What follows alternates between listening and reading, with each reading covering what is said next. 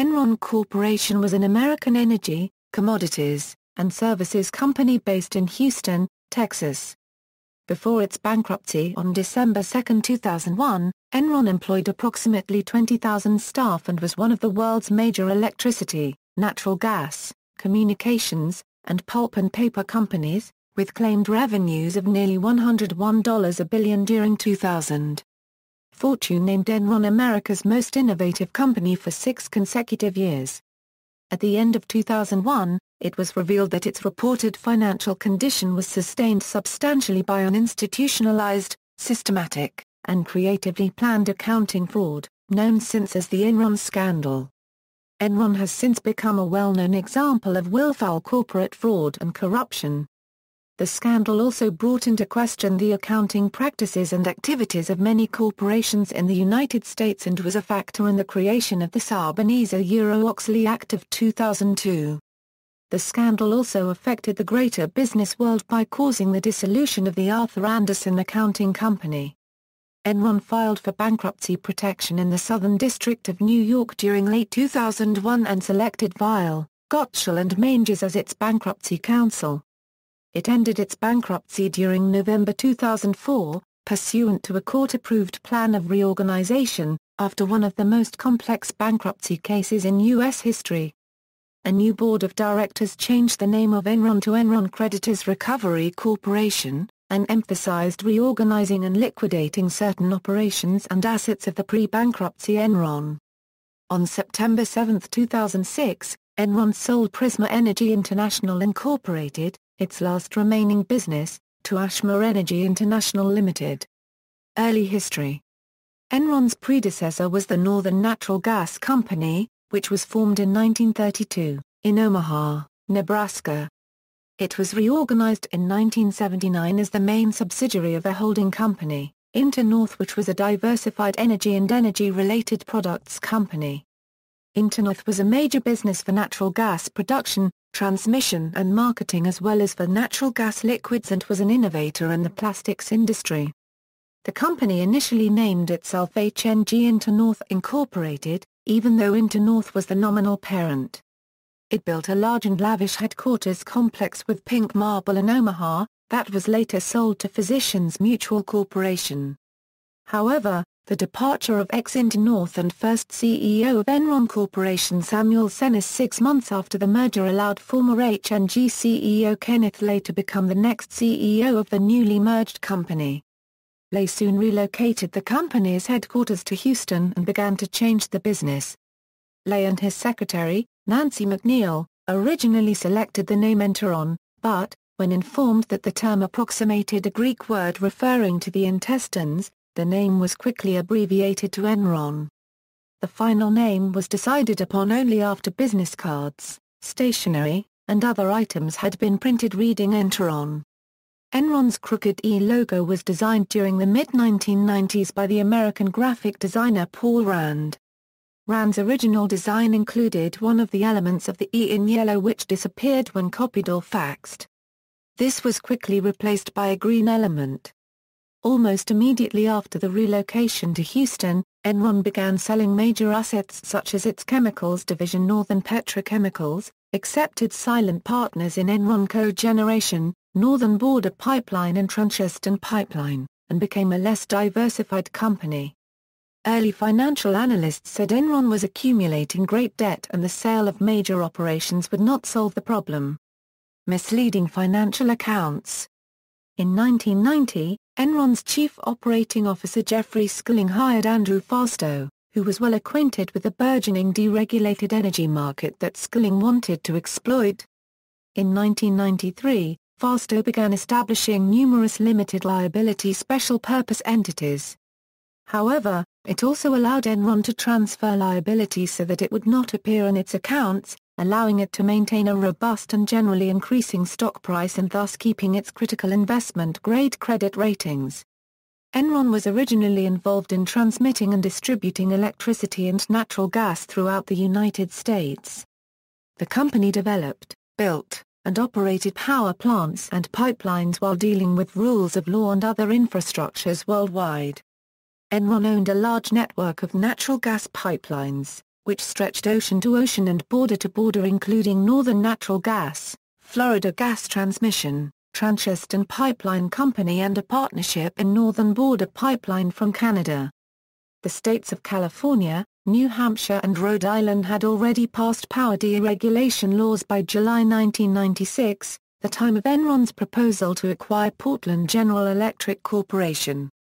During 1998, Enron began operations in the water sector, creating the Azurix Corporation, which it part floated on the New York Stock Exchange during June 1999. Azurix failed to become successful in the water utility market, and one of its major concessions, in Buenos Aires, was a large-scale money loser. After the relocation to Houston, many analysts criticized the Enron management as being greatly in debt. The Enron management pursued aggressive retribution against its critics, setting the pattern for dealing with accountants, lawyers, and the financial media. Enron grew wealthy due largely to marketing, promoting power, and its high stock price. Enron was named America's most innovative company by the magazine Fortune for 6 consecutive years, from 1996 to 2001. It was on the Fortune's 100 Best Companies to Work For in America list during 2000, and had offices that were stunning in their opulence. Enron was hailed by many, including labor and the workforce, as an overall great company, praised for its large long-term pensions, benefits for its workers, and extremely effective management until the exposure of its corporate fraud.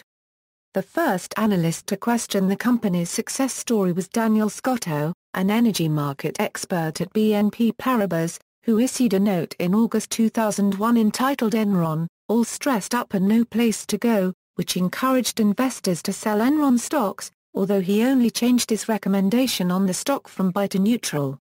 As was later discovered, many of Enron's recorded assets and profits were inflated or even wholly fraudulent and non-existent. One example of fraudulent records was during 1999 when Enron promised to repay Merrill Lynch and Company's investment with interest in order to show profit on its books. Debts and losses were put into entities formed offshore that were not included in the company's financial statements, and other sophisticated and arcane financial transactions between Enron and related companies were used to eliminate unprofitable entities from the company's books. Its most valuable asset and the largest source of honest income, the 1930s-era Northern Natural Gas Company, was eventually purchased by a group of Omaha investors, who relocated its headquarters back to Omaha. It is now a unit of Warren Buffett's Berkshire Hathaway Energy. NNG was established as collateral for a $2.5 billion capital infusion by Dinergy Corporation when Dinergy was planning to buy Enron. When Dinergy examined Enron's financial records carefully, they repudiated the deal and dismissed their CEO, Chuck Watson. The new chairman and CEO, the late Daniel Deanspear, had been president of NNG and an Enron executive at one time and was forced out of Enron by Ken Lay. Deanspear was an acquaintance of Warren Buffett. NNG continues to be profitable now. Former management and corporate governance, central management. Kenneth Lay, Chairman, and Chief Executive Officer, Jeffrey Skilling, President, Chief Operating Officer, and CEO, Andrew Fastow, Chief Financial Officer, Rick Causey, Chief Accounting Officer, Rebecca Mark Judsbash, CEO of Enron International and Azurix, Lou Pai, CEO of Enron Energy Services, Forrest Haglund, CEO of Enron Oil and Gas, Dennis Ulloch, President of Enron Oil and Gas International, Jeffrey Sherrick, President of Enron Global Exploration and Production Incorporated. Richard Gallagher, Head of Enron Wholesale Global International Group, Kenneth Ken Rice, CEO of Enron Wholesale and Enron Broadband Services, J. Clifford Baxter, CEO of Enron North America, Sharon Watkins, Head of Enron Global Finance, Jim Derrick, Enron General Counsel, Mark Koenig, Head of Enron Investor Relations, Joan Foley, Head of Enron Human Resources, Richard Kinder, President and COO of Enron. Co-founder of Kinder Morgan, Greg Wally, President and COO of Enron, Jeff McMahon, CFO of Enron. Board of Directors. Robert A. Belfer, Chairman, Belco Oil and Gas Corporation, Norman P. Blake Jr. Chairman, President and CEO, Comdisco, Incorporated. Ronnie C. Chan, Chairman, Hang Lung Group. John H. Duncan, former Chairman of the Executive Gulf and Western Industries Incorporated. Wendy L. Graham, former Chairman of U.S. Commodity Futures Trading Commission. Ken L. Harrison, former Chairman and CEO of Portland General Electric. Robert K. Jadick, Professor Emeritus of Accounting at Stanford University. Charles A. LeMaster, President Emeritus, University of Texas MD Anderson Cancer Center. John Mendelsohn, President, University of Texas MD Anderson Cancer Center. Jerome J. Mayer, Chairman, Tektronix. Paulo V. Ferraz Pereira, Executive Vice President of Grupo Zano. Frank Savage, Chairman Alliance Capital Management. John A. Urquhart, Senior Advisor to the Chairman of Enron. John Waukeam, former UK Secretary of State for Energy. Herbert S. Inoka Jr. President of Inoka Holdings Incorporated. Products: Enron traded in more than 30 different products, including the following: products traded on Enron Online: petrochemicals, plastics, power, pulp and paper, steel, weather risk management, oil and LNG transportation, broadband, principal investments, risk management for commodities, shipping/freight, streaming media, water and wastewater. It was also an extensive futures trader, including sugar, coffee, grains, hogs, and other meat futures. At the time of its bankruptcy filing during December 2001, Enron was structured into 7 distinct business units. Online marketplace services: Enron Online, Click Paper, Enron Credit, ePower Online, Enron Direct, Energy Desk, New Power Company, Enron Weather, Deal Bench, Water2Water, Hot Tap, Enromarkt.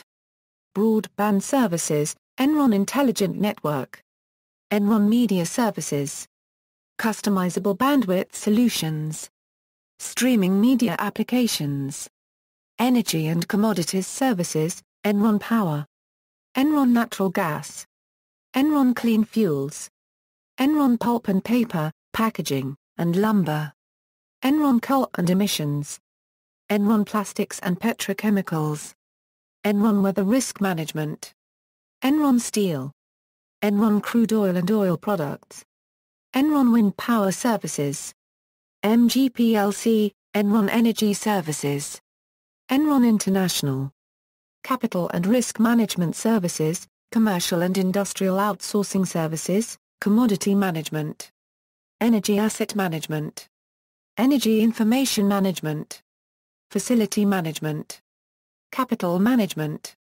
Azurix Incorporated, Project Development and Management Services, Energy Infrastructure Development, Enron Global Exploration and Production Incorporated, Electroelectricidade e Servicos S.A., Northern Border Pipeline, Houston Pipeline, Transition Pipeline, Florida Gas Transmission, Northern Natural Gas Company, Natural Gas Storage, Compression Services, Gas Processing and Treatment, Engineering, Procurement, and Construction Services, EOTT Energy Incorporated, Enron manufactured gas valves, circuit breakers, thermostats, and electrical equipment in Venezuela by means of Insulan S.A., a €50 joint venture with General Electric. Enron owned 3 paper and pulp products companies, Garden State Paper, a newsprint mill, as well as Papiers Stadacona and St. Eli Timberlands. Enron had a controlling stake in the Louisiana-based petroleum exploration and production company Mariner Energy.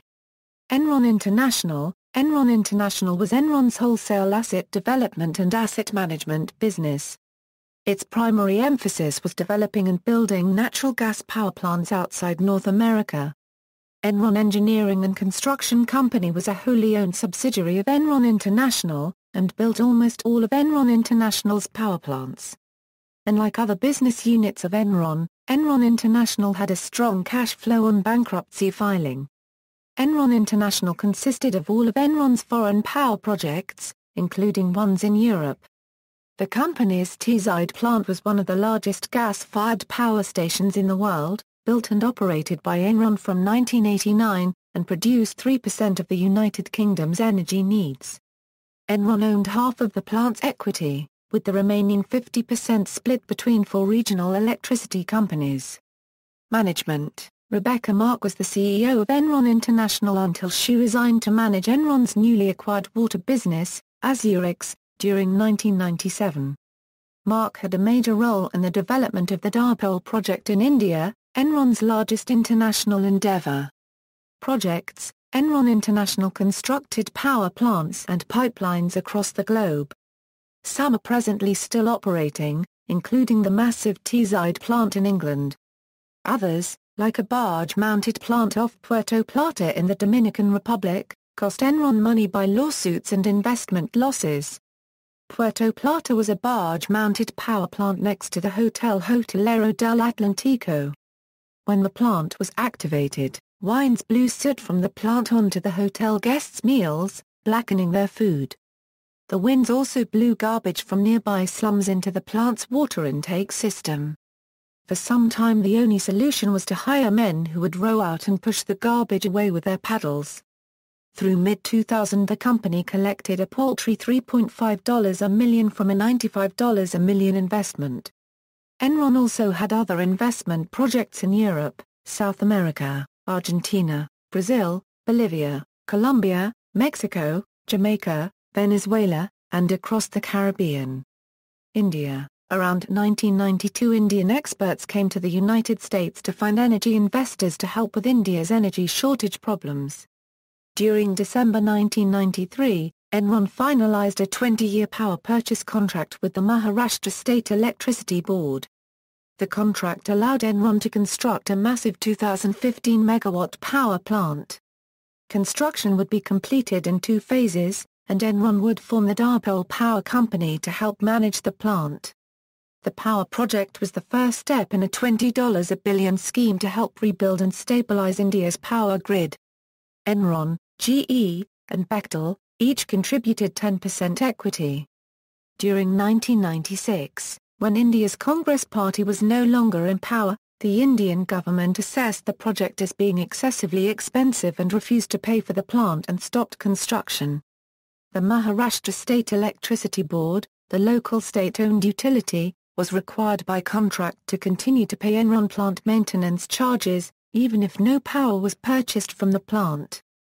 The MSEB determined that it could not afford to purchase the power charged by Enron. The plant operator was unable to find alternate customers for Dipole power due to the absence of a free market in the regulated structure of utilities in India.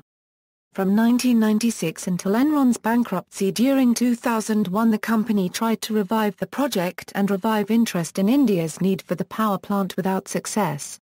Project Summer: during the summer of 2001, Enron made an attempt to sell a number of Enron International's assets, many of which were not sold.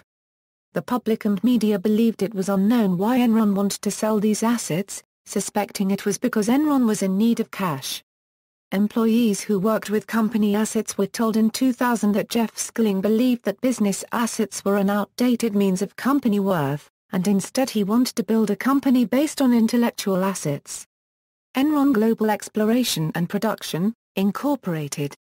Enron Global Exploration and Production Incorporated was an Enron subsidiary that was born from the split of domestic assets via EOG Resources and international assets via EGEP.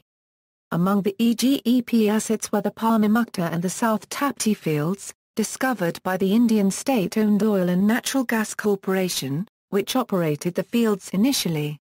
December 1994, a joint venture began between ONGC, Enron and Reliance. Mid-year of 2002, British Gas completed the acquisition of EGEP's 30% share of the Palmamukta and Tapti fields for $350 million, a few months before Enron filed bankruptcy. Enron Online. Enron opened Enron Online, an electronic trading platform for energy commodities, on November 29, 1999.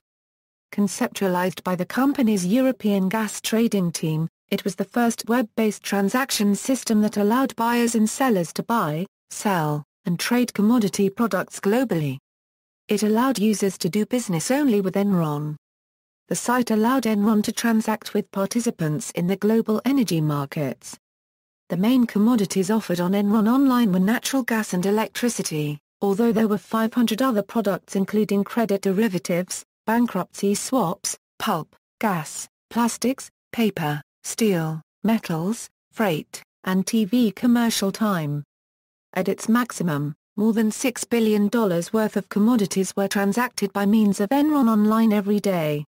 After Enron's bankruptcy in late 2001, Enron Online was sold to the Swiss financial giant UBS. Within a year, UBS abandoned its efforts to relaunch the division, and closed it in November 2002. Principal assets. At the time of bankruptcy, Enron owned interests in the following major assets: power plants. Enron owned or operated 38 electric power plants worldwide. €1 at the time of commission in 1992, at 1750 MW, was the largest natural gas cogen plant in the world. Its on-time and under-budget completion put Enron Power on the map as an international developer, owner and operator. Ballas €, largest thermal power plant in Central America, 355 MW.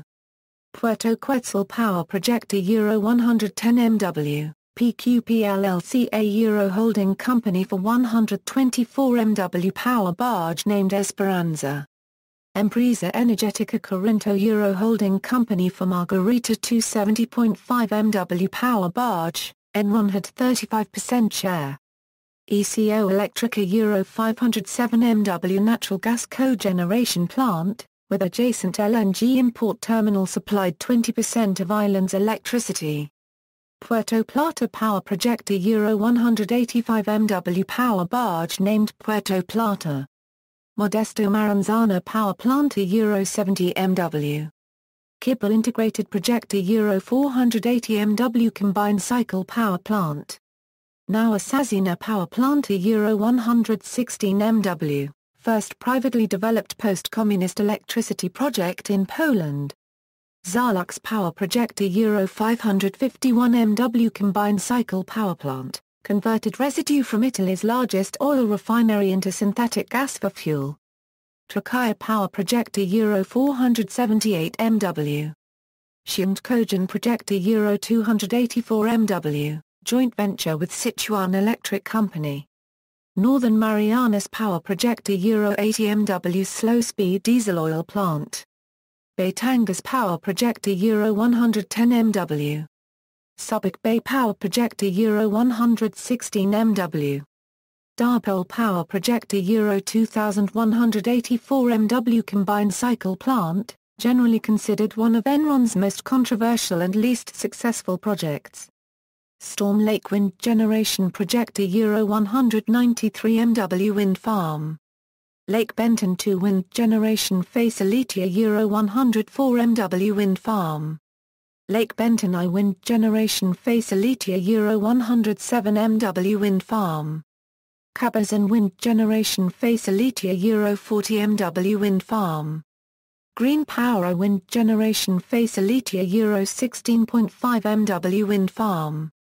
Indian Mesa I Wind Generation Facility €25.5 MW wind farm. Clear Sky Wind Power Generation Facility €135 MW wind farm. Mill Run Wind Power Generation Facility €15 MW wind farm. Trent Mesa Wind Generation Facility €150 MW wind farm. Montfort Wind Generation Facility €30 MW wind farm. 8 hydroelectric plants in Oregon with a combined capacity of 509 MW, owned through Portland General Electric. 4 additional thermal plants in Oregon and Montana with a combined capacity of 1,464 MW, owned through Portland General Electric. Development. Enron also developed the Gaza power plant which became active during 2002. Pipelines. Centragasa €357 miles, natural gas. Promigas. Transportadora de Gas del Sur largest pipeline system in South America, 5,005 km, Kiga 1,368 miles, natural gas. Serio. Transread a Euro 3000 km natural gas pipeline and 2500 km oil and liquids pipeline. Bolivia to Brazil pipeline Euro 3000 km, natural gas. Northern Natural Gas Euro 16,500 miles, included Sharon Trailblazer pipeline. Trancheston pipeline Euro 2,554 miles. Florida Gas Transmission Euro 4,800 miles. Northern Border pipeline Euro 1,249 miles. Electric Utilities Distributors, Portland General Electric Company Euro serving 775,000 customers in Oregon. Electricidade e Serviços SA Euro 1.5 million customers. Companhia Anônima Luz y Fomento Elétricas de Puerto Cabello Euro 50,000 customers. Natural gas-related businesses, Pro Caribbean Euro LPG storage terminal, only fully refrigerated LPG storage facility in Caribbean. San Juan Gas Compañía Euro Gas Distribution, 400 industrial commercial customers. Industrial Gases Limited Euro 8 filling plants, industrial gas manufacturing and LPG distribution, had 100% monopoly on Jamaican industrial gas business and 40% of LPG business. Gaspata Euro consortium of 7 gas distribution companies. Vengasa Euro LPG transportation and distribution. ACCRO 3 and 4 project, Venezuela, is the largest outsourcing contract offered by PDVSA. Enron's partners in the venture were Accra Barbados Limited, a subsidiary of TransCanada Pipelines Limited, and private Venezuelan company Technoconsult. The project included 2 extraction plants, each with 400 mm cubic feet per day capacity, a fractionation plant to remove the liquids and other related infrastructure. SK Enron Company Limited a Euro joint venture with SK Corporation. Included 8 city gas utilities, an LPG distributor, and a steam and electricity cogeneration facility. Pulp and Paper, Garden State Paper Company Incorporated a Euro paperboard and newsprint recycling mill. Papiers Stadacana Ltd a Euro wood pulp and paper mill. St. Eli Timberlands Company Limited a Euro timber company. Other, Mariner Energy Incorporated a Euro oil and gas exploration, development, and production with operations in the Gulf of Mexico. Interruptores Especializados Lara a Euro manufacturer of valves, thermostats, and electrical breakers for appliances. Enron Wind a Euro manufacturer of wind power turbines and related systems, with factories in USA, Spain, Portugal, and Germany. Purchased by General Electric during 2002. Enron Prize for Distinguished Public Service. During the mid-1990s, Enron established an endowment for the Enron Prize for Distinguished Public Service, awarded by Rice University's Baker Institute to recognize outstanding individuals for their contributions to public service. Recipients were, 1995 Colin Powell. 1997, Mikhail Gorbachev. 1999, Eduard Shevardnadze, 1999, Nelson Mandela, 2001, Alan Greenspan.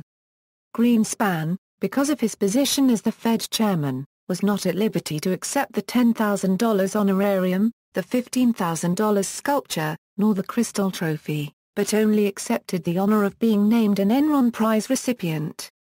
The situation was further complicated because a few days earlier, Enron had filed paperwork admitting it had falsified financial statements for 5 years. Greenspan did not mention Enron a single time during his speech. At the ceremony, Ken Lay stated, "I'm looking forward to our first woman recipient."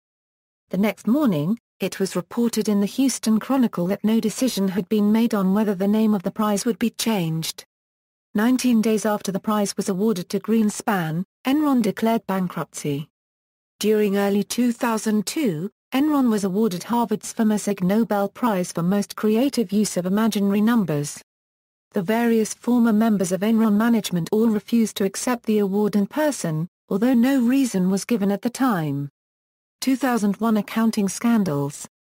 During 2001, after a series of revelations involving irregular accounting procedures bordering on fraud perpetrated throughout the 1990s involving Enron and its accounting company Arthur Andersen, Enron suffered the largest Chapter 11 bankruptcy in history. As the scandal progressed, Enron share prices decreased from $90.56 during the summer of 2000, to just pennies. Enron had been considered a blue-chip stock investment, so this was an unprecedented event in the financial world. Enron's demise occurred after the revelation that much of its profits and revenue were the result of deals with special-purpose entities. This meant that many of Enron's debts and the losses that it suffered were not reported in its financial statements. A rescue attempt by a similar, smaller energy company, Dynegy, failed during late November due to concerns about an unexpected restatement of earnings. Enron filed for bankruptcy on December 2, 2001. In addition, the scandal caused the dissolution of Arthur Andersen, which at the time was one of the world's main accounting companies. The company was found guilty of obstruction of justice during 2002 for destroying documents related to the Enron audit. Since the SEC is not allowed to accept audits from convicted felons, Andersen was forced to stop auditing public companies. Although the conviction was dismissed during 2005 by the Supreme Court, the damage to the Andersen name has prevented it from reviving as a viable business even on a limited scale. Enron also withdrew a naming rights deal with the Houston Astros Major League Baseball club to have its name associated with their new stadium, which was known formerly as Enron Field. For the criminal trials and convictions of various participants in this scandal, see the main article Enron Scandal. Accounting practices. Enron used a variety of deceptive, bewildering, and fraudulent accounting practices and tactics to cover their fraud in reporting Enron unregistered trademark as financial information. These entities made Enron seem more profitable than it actually was, and created a dangerous spiral in which, each quarter, corporate officers would have to perform more and more financial deception to create the illusion of billions of dollars in profit while the company was actually losing money. This practice increased their stock price to new levels, at which point the executives began to work on insider information and trade millions of dollars worth of Enron stock. The executives and insiders at Enron knew about the offshore accounts that were hiding losses for the company. However, the investors knew nothing of this. Chief Financial Officer Andrew Fastow directed the team which created the off-books companies, and manipulated the deals to provide himself, his family, and his friends with hundreds of millions of dollars in guaranteed revenue, at the expense of the corporation for which he worked and its stockholders. During 1999, Enron initiated Enron Online, an internet-based trading operation, which was used by virtually every energy company in the United States.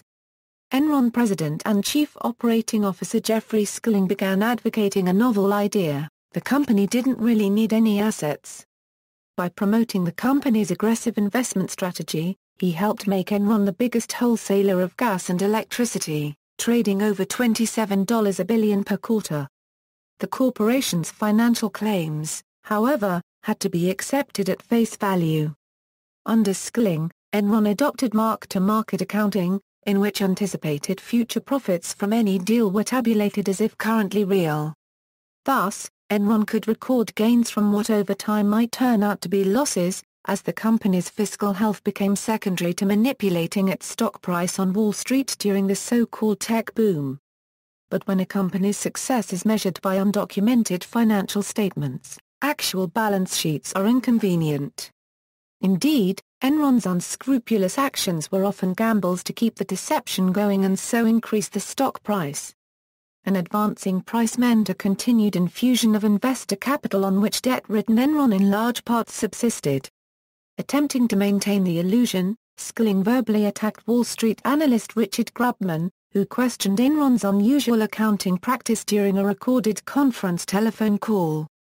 When Grubman complained that Enron was the only company that could not release a balance sheet along with its earnings statements, Skilling replied, "Well, thank you very much, we appreciate that asshole."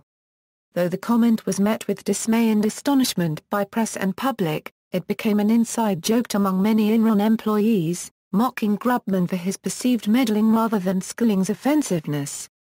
When asked during his trial, Skilling declared that industrial dominance and abuse was a global problem. "Oh yes, sure, it is."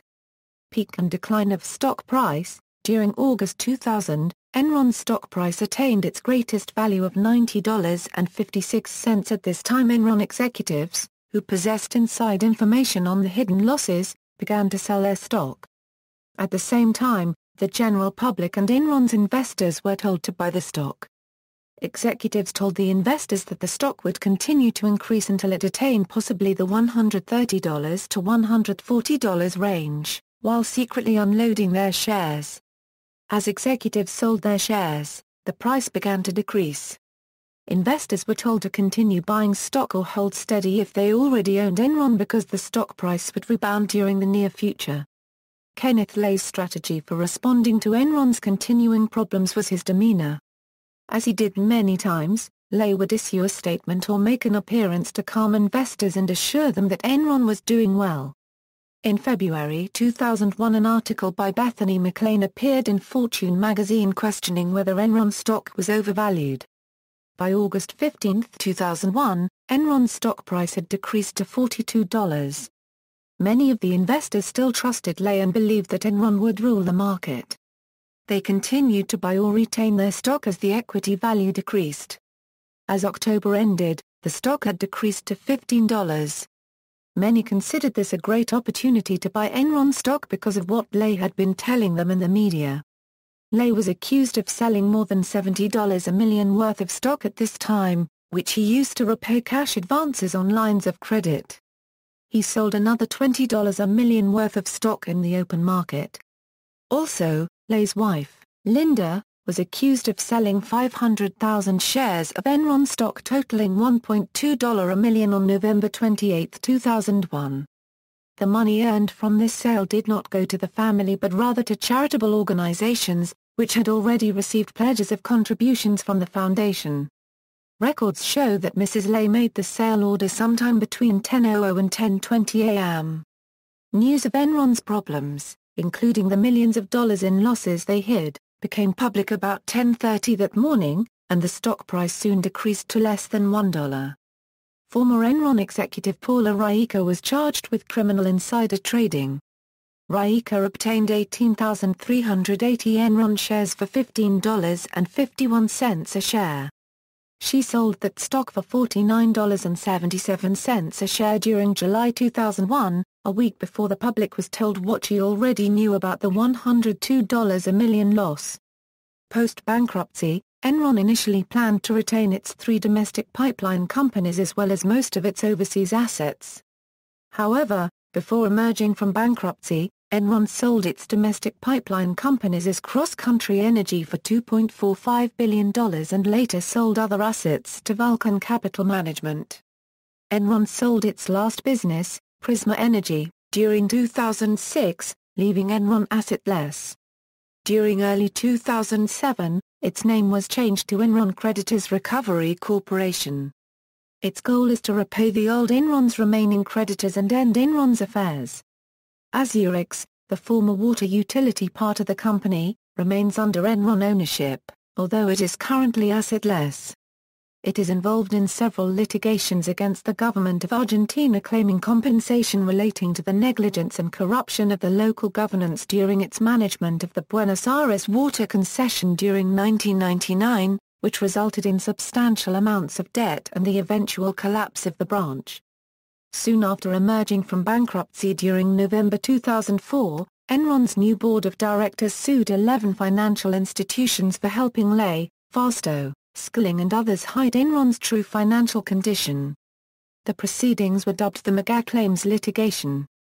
Among the defendants were Royal Bank of Scotland, Deutsche Bank and Citigroup. As of 2008, Enron has settled with all of the institutions, ending with Citigroup. Enron was able to obtain nearly $20 billion to distribute to its creditors as a result of the Mega Claims litigation. As of December 2009, some claim-in-process payments were still being distributed. California's deregulation and subsequent energy crisis. During October 2000, Daniel Scotto, the most renowned utility analyst on Wall Street, suspended his ratings on all energy companies conducting business in California because of the possibility that the companies would not receive full and adequate compensation for the deferred energy accounts used as the basis for the California deregulation plan enacted during the late 1990s. 5 months later, Pacific Gas and Electric was forced into bankruptcy. Senator Phil Gramm, the second largest recipient of campaign contributions from Enron, succeeded in legislating California's energy commodity trading deregulation. Despite warnings from prominent consumer groups which stated that this law would give energy traders too much influence over energy commodity prices, the legislation was passed during December 2000. As the periodical Public Citizen reported, because of Enron's new, unregulated power auction, the company's wholesale services revenues quadrupled euro from $12 a billion in the first quarter of 2000 to $48.4 a billion in the first quarter of 2001. Before passage of the deregulation law, there had been only one Stage 3 rolling blackout declared. After passage, California had a total of 38 blackouts defined as Stage 3 rolling blackouts, until federal regulators intervened during June 2001. These blackouts occurred mainly as a result of a poorly designed market system that was manipulated by traders and marketers. Enron traders were revealed as intentionally encouraging the removal of power from the market during California's energy crisis by encouraging suppliers to shut down plants to perform unnecessary maintenance, as documented in recordings made at the time. These acts contributed to the need for rolling blackouts, which adversely affected many businesses dependent upon a reliable supply of electricity, and inconvenienced a large number of retail consumers. This scattered supply increased the price exponentially, and Enron traders were thus able to sell power at premium prices, sometimes up to a factor of 20x its normal peak value. See also: Enron, The Smartest Guys in the Room, an award-winning 2005 documentary film which examines the collapse of the Enron Corporation, The Crooked E, The Unshredded Truth About Enron, a television movie aired by CBS in January 2003 based on the book Anatomy of Greed by Brian Kriver, Pipe Dreams, Greed, Ego, and the Death of Enron, a book by Robert Bryce, Enron, a 2009 play by British playwright Lucy Prebble, Bubble, Enron The Rise and Fall, a book by Loren Fox, J. Wiley and Sons 200, Warnings from the Enron Message Board. References.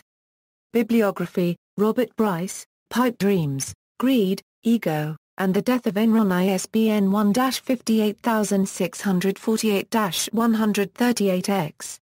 Lynn Brewer, Matthew Scott Hansen, House of Cards, Confessions of an Enron Executive ISBN 1-58939-248-5 ISBN 1-58939-248-5. Kurt Uchenwald, Conspiracy of Fools, A True Story ISBN 0-7679-1178-4. Peter C. Fusaro, Ross M. Miller, What Went Wrong at Enron? Everyone's Guide to the Largest Bankruptcy in U.S. History, ISBN 0-471-26574-8.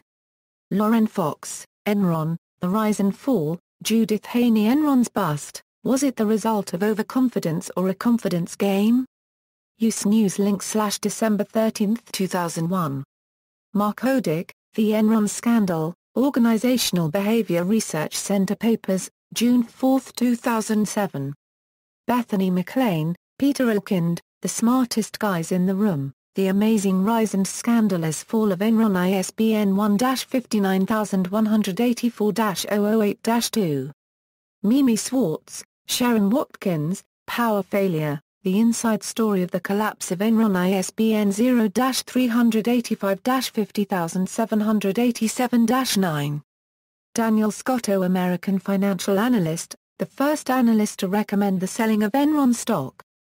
Corkins, Laurel Brubaker. Enron fraud trial ends in 5 convictions. The Washington Post, November 4, 2004, NPAG. Google. Web, December 6, 2011. http://www.washingtonpost.com/ A23034-2004 Peter C. Fusaro and Ross M. Miller. What Went Wrong at Enron? J. Wiley & Sons 2002. External links. All Enron emails released into the public domain, archived and searchable. Enron Corporation homepage. Cross Country Energy LLC, Portland General Electric Company. Northern Natural Gas Company. Enron Legal News Archives. Breaking legal news. Enron and the Cult of Personality, Enron's Code of Ethics. Enron Board Records at the Hagley Library. The Fall of Enron. HBS Research Paper, Public Citizen Access to Justice, Financial Reform, and Government Accountability. 2. Data, Yahoo. Enron Corporation. Company Profile. Hoover's, Enron Creditors Recovery Corporation. Profile. Google Finance, Enron Creditors Recovery Corporation. Profile. Enron Chronology. Enron Securities Litigation website.